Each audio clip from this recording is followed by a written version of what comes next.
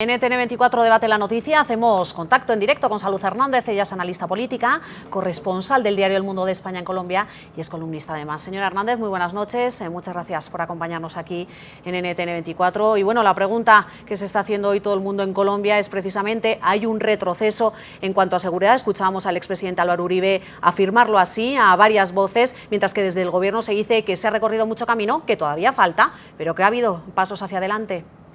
Hay retroceso, pero no en Bogotá, es decir, en algunas regiones que han sido feudos tradicionales de las FARC y que se disputaban con los paramilitares, pues las FARC tienen una presencia más intensa en estos momentos. Pero yo creo que por el atentado de hoy de Bogotá no se podría decir que en la capital ha habido retroceso en materia de seguridad. Señora Salud, Héctor Fabio Cardona la saluda.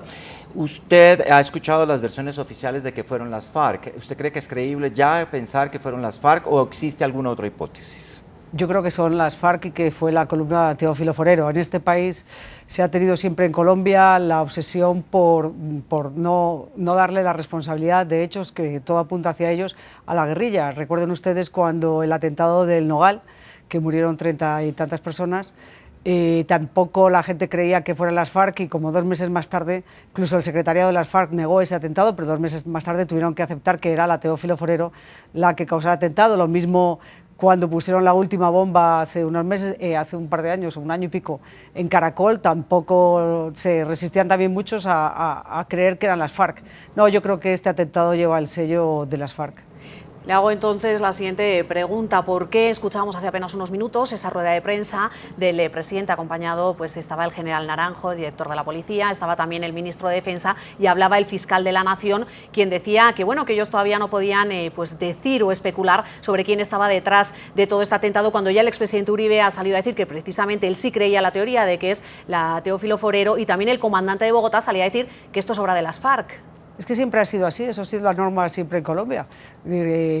Cuando el Nogal era clarísimo que había sido la guerrilla, clarísimo que había sido la Teófilo Forero, y tardaron semanas en aceptarlo el gobierno de ese momento, que era el gobierno de Uribe, y como ahora el gobierno de Santos, que obviamente preferiría que fuera otro grupo que no fueran las FARC, precisamente porque hoy, para que no sepas, se estaba discutiendo en el Congreso, en el Senado de Colombia, una ley fundamental que le iba a ayudar a Santos para un posible proceso de paz o un previsible o lo que él quiere, un proceso de paz con las FARC, que es una ley que Human Rights Watch considera que no debería aprobarse porque supone impunidad para la guerrilla y que les permitiría después entrar a hacer política en Colombia. Entonces, yo creo que es un atentado como inoportuno, por eso de pronto hay personas que pueden pensar que las FARC no lo iban a realizar, pero yo creo que lleva el sello de las FARC. Es que además esa capacidad normalmente de atentar en los últimos años solamente la ha tenido la guerrilla.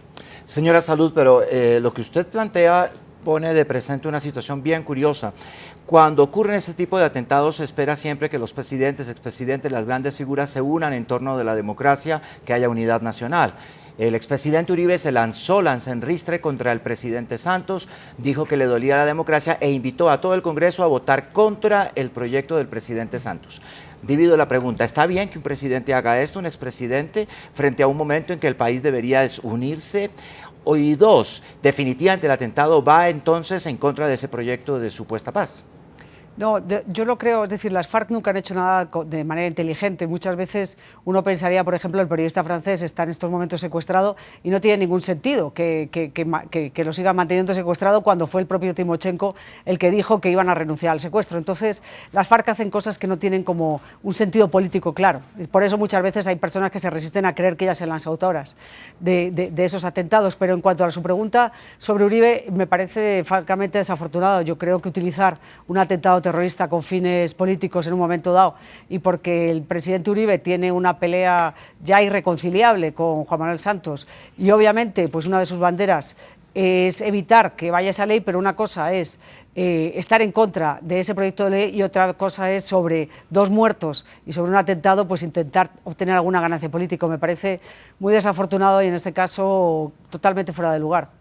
Pues Salud Hernández, ella es analista política, corresponsal, como les decíamos ya, del diario El Mundo de España en Colombia, además de columnista. Muchas gracias por haber estado estos minutos aquí con nosotros. Muy buenas noches. Buenas noches.